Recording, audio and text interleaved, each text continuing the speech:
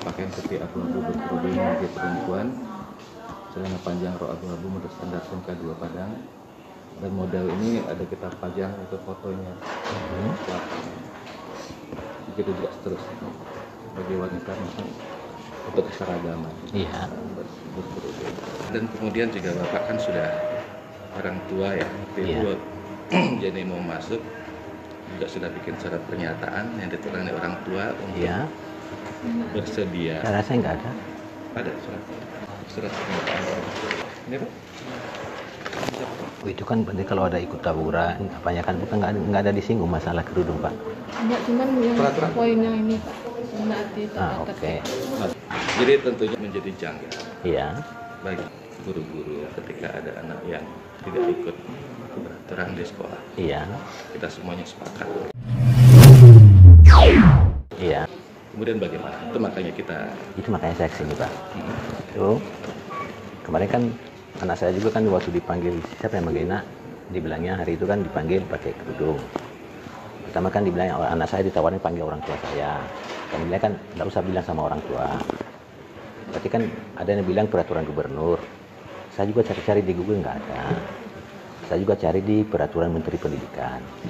Saya juga cari di Menteri Dalam Negeri. Terakhir kasus di Riau. Hemat saya, itu kan saya kemarin kan yang aturan sekolah itu kan jilbab ini Pak, lambang agama saya Pak. Kalau saya pakai jilbab, seakan-akan saya membohongi identitas agama saya, ya kan? Di mana hak agama saya, hak asasi saya? Yang lain wajib dipakai. Seakan-akan saya, bagaimana Bapak sekarang ini dipaksa masuk ke apa yayasan lain? Kalau ini yayasan nggak masalah sama saya, itu aturan. Ini kan negeri, ya. Karena ada temannya sekali Pak, di SMA 10 dari SMP 1 tidak pakai, coba tuh Begi Serdaluku sama-sama kelas 1. Terus Pak, tunggu satu lagi, itu Pak. Satu pertanyaan saya sama Bapak, apakah ini hanya himbauan atau kewajiban? bagi SMK 2, Ya, ini adalah kewajiban. kewajiban Pak ya. Ya, karena sudah ditertuang dalam peraturan. Ya, Bapak lihat tadi sudah Ya. ditarik oleh kepala sekolah dan kita perbaharui Ya. setiap tahun. ya. Kita tarik oleh kepala sekolah. Terus kalau solusinya, menurut Bapak kalau dia nggak ada siap, Eh, apa tindakan sekolah? karena kita berada di bawah dinas pendidikan, Ya, dinas pendidikan provinsi, Ya. maka dalam hal ini sebagai bukti bahwa kita telah melakukan proses, tentunya kita minta si Jenny dalam hal ini, ya. ya kan, dan kemudian diketahui oleh orang tua. Mau minta tanda tangan ini? Bisa saya baca dulu Pak? Boleh, silakan. Ini suratnya loh. Nanti minta satu kan Pak? Iya, boleh difotokopi. Oke. Tentunya kita pegang. Ya satu Bapak saya pegang, nggak masalah. Kita minta bapak di sini. Ya, nggak masalah. Karena peraturan sekolah kita ditantangani oleh kepala sekolah. Ya.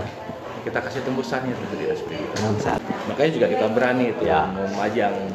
Kalau juga tidak kita lakukan proses, Pak, tentunya juga menjadi tanda tanya Ya, bagi. tapi ini lebih bagus kalau ada ini Pak. Menurut saya sangat bagus. Makanya, Berarti pintu terbuka bagi yang lain.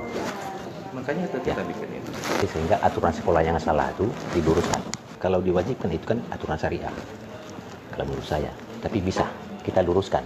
Bapak tembuskan ke dinas, saya juga nanti tembuskan ke Komnas HAM. Berarti kita sama-sama. Berarti ini lurus. Berarti tidak ada apa di antara kita.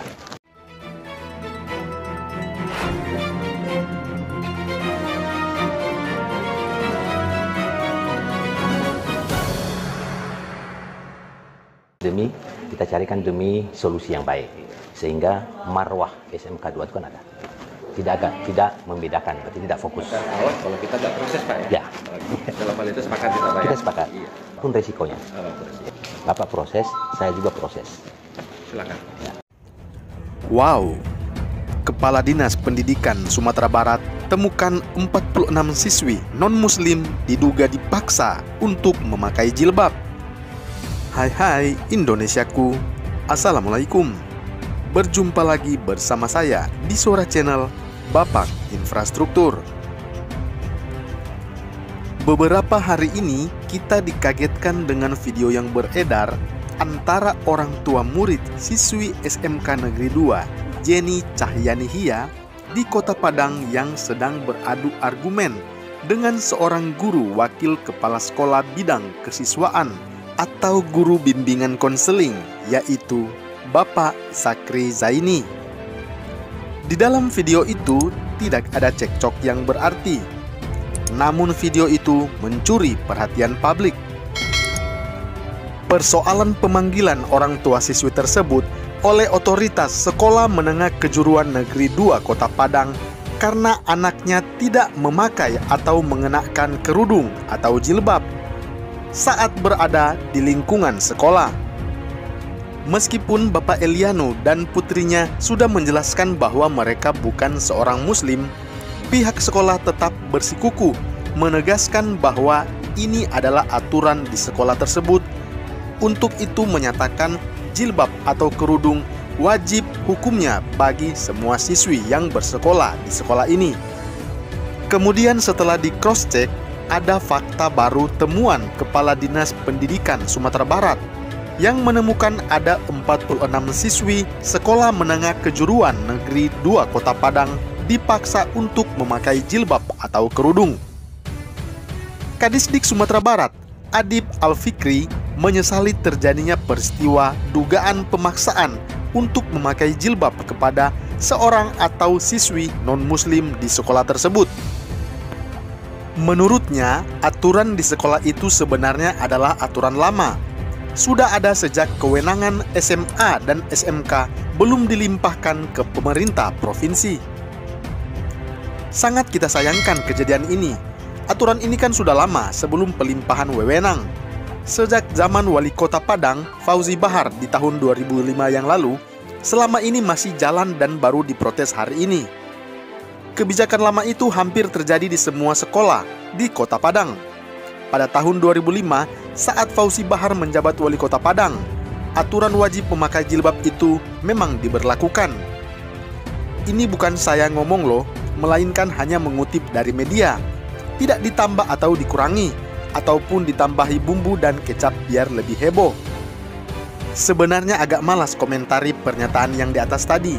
Coba tanya deh, non-muslim mana yang nyaman memakai jilbab atau atribut yang tidak sesuai dengan identitas agamanya?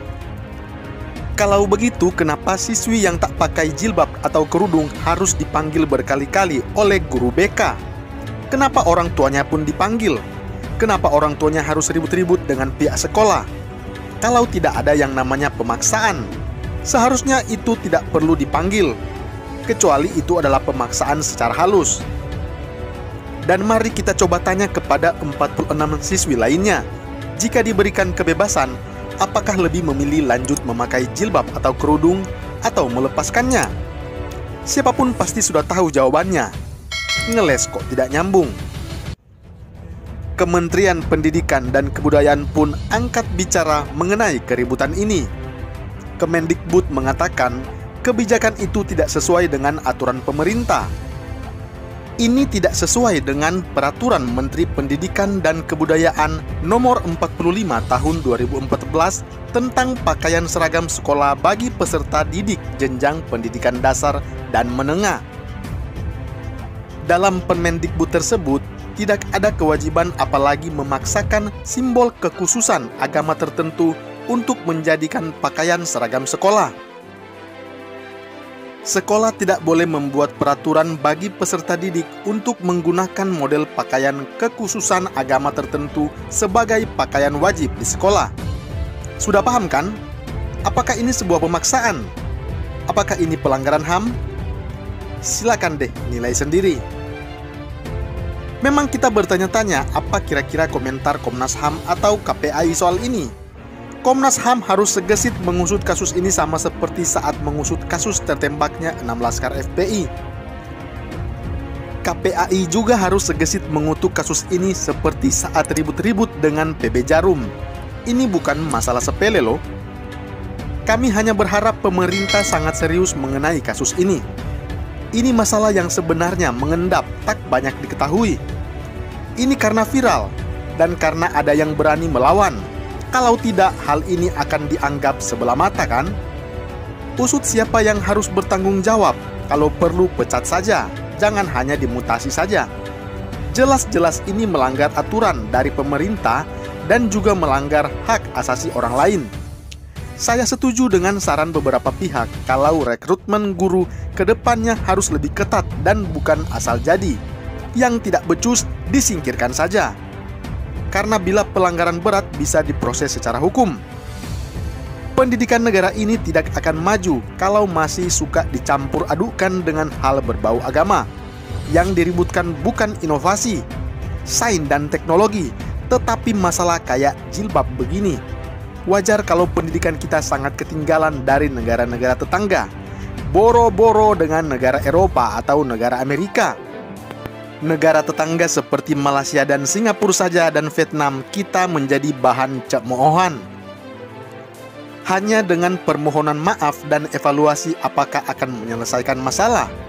Ini sangat miris. Harus ada tindakan tegas supaya jadi peringatan buat yang lain agar jangan pernah coba bermain-main dengan praktek intoleransi dan diskriminasi.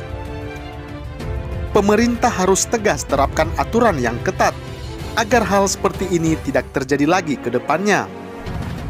Mungkin kasus ini sebenarnya begitu banyak, tetapi tidak terekspos. Jujur zaman dulu saya sekolah nggak sampai begini, benar-benar perubahan yang bikin miris. Bagaimana menurut Anda? Salam hangat, Bapak Infrastruktur menuju Indonesia Maju.